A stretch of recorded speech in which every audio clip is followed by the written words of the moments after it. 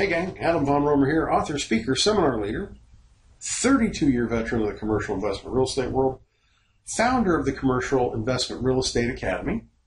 And residential agents, this is for you. I'm going to give you the top 10 reasons that you need to get into commercial real estate right now. Reason number 10, no nights.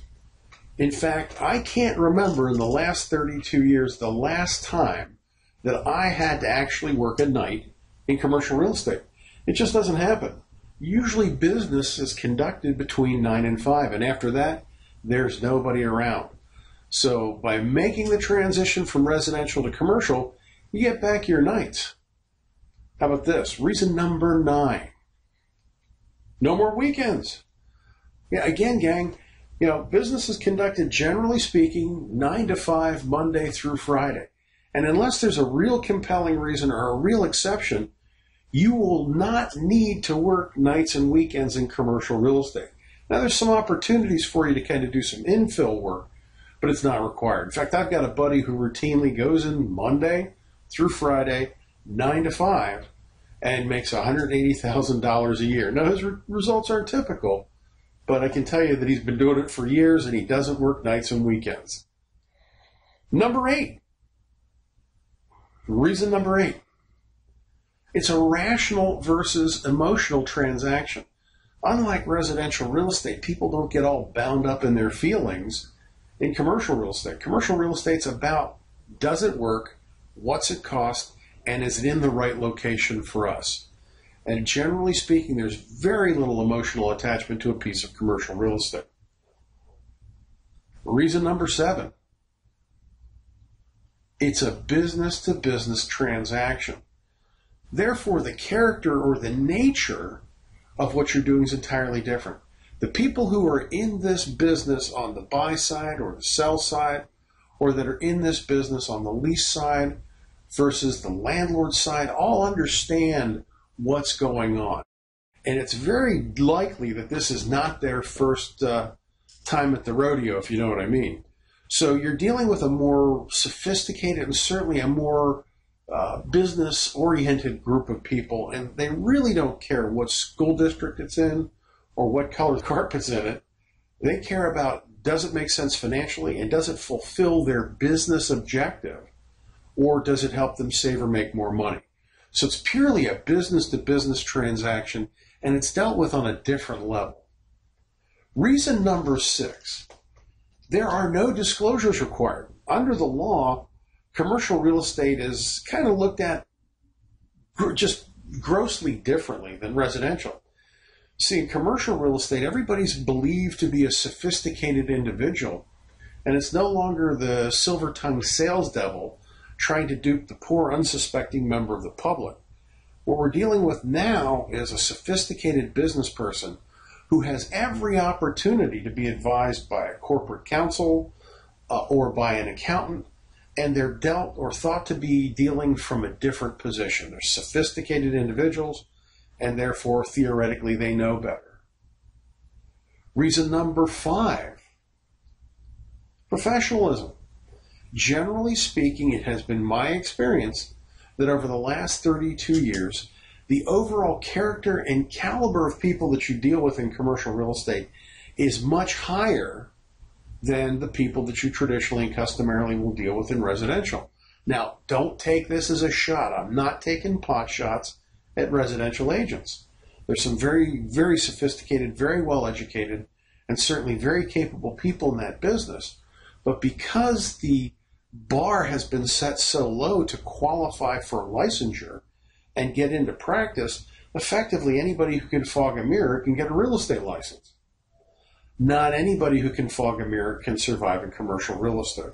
So what you'll see is the cream tends to rise to the top, and you'll see a more sophisticated practitioner in commercial real estate than you'll generally encounter in residential. Reason number 4, you work just as hard, but you make bigger paychecks. On average, a typical commercial transaction probably takes just a fraction more time than a residential transaction does, but the paychecks are much, much bigger.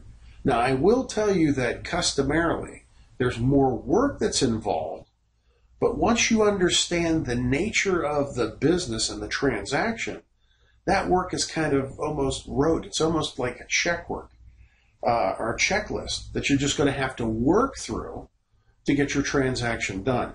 But it's very unlikely that once you've gotten through what they call the due diligence process, if the buyer and seller are still committed to the deal, that you're going to have to go back in and resell the transaction. And generally speaking, you're not going to have to hold somebody's hand throughout the whole deal. So it's about the same amount of work, but a much, much bigger transaction and paycheck at the end of the day. Next up, reason number 3. And in my opinion, one of the greatest aspects of commercial real estate is there's naturally barriers to entry. First off, I'd suggest that probably 40 to 50% of the people who even think about going into the business get put off and absolutely terrified by the notion of doing numbers and things like that. So that operates as kind of a threshold. Beyond that, because there's such a steep initial learning curve, a lot of other people won't even try to get into business. And then to be truly successful and truly professional, you have to become a student of your product type. And a lot of people just aren't willing or able to commit to that type of depth of knowledge. So just by its very nature, it kind of sifts out or weeds out the chaff, if you will. The other thing is that unless you're going to get trained and mentored, chances are you're not going to survive. So that's kind of a weeding and winnowing process in and of itself and acts as a barrier to entry. Now, in my opinion, the number 2 reason, and you'll get a kick out of this, but the number 2 reason for getting into commercial real estate is it's much bigger paychecks. Much bigger paychecks. And I kind of look at it like this. If I'm going to be involved in something, I want to know that it's going to be financially rewarding, especially if I have to expend a lot of time and effort. And it just doesn't seem to me that the level of frustration that I experienced in residential was even remotely worth it. And that's why I pretty much headed into commercial as fast as I could. Again, it's a different level of transaction. It's a more sophisticated buyer and seller. And it's certainly a different level of professionalism amongst the brokers and your cohorts in the business. And generally speaking, the people that you're going to encounter as allied professionals are much more adept and attuned to the business than a lot of the other people that I experienced and encountered in residential. And finally, the number 1 reason to get into commercial real estate, in my opinion, is self-satisfaction and the sense of achievement. And I'm sure you guys have all heard the old expression, it's not the kill, but it's the thrill of the chase. Literally, there is enormous pride and sense of self-satisfaction when you manage to put together a large transaction. The check ain't bad either, but the very act of having put together a complex and convoluted transaction and shepherding it through the closing process just gives me an enormous boost, and certainly I know it gives me an enormous swell of pride to have done that. And to know that you've satisfied both a buyer and seller on some very deep level in that transaction. So there are my top 10 reasons for getting into commercial real estate. Think it over, see how it comports with what you think. And again, if you have any questions or comments, I'd love to hear from you. Thanks for taking the time to listen to my video, and have a great day.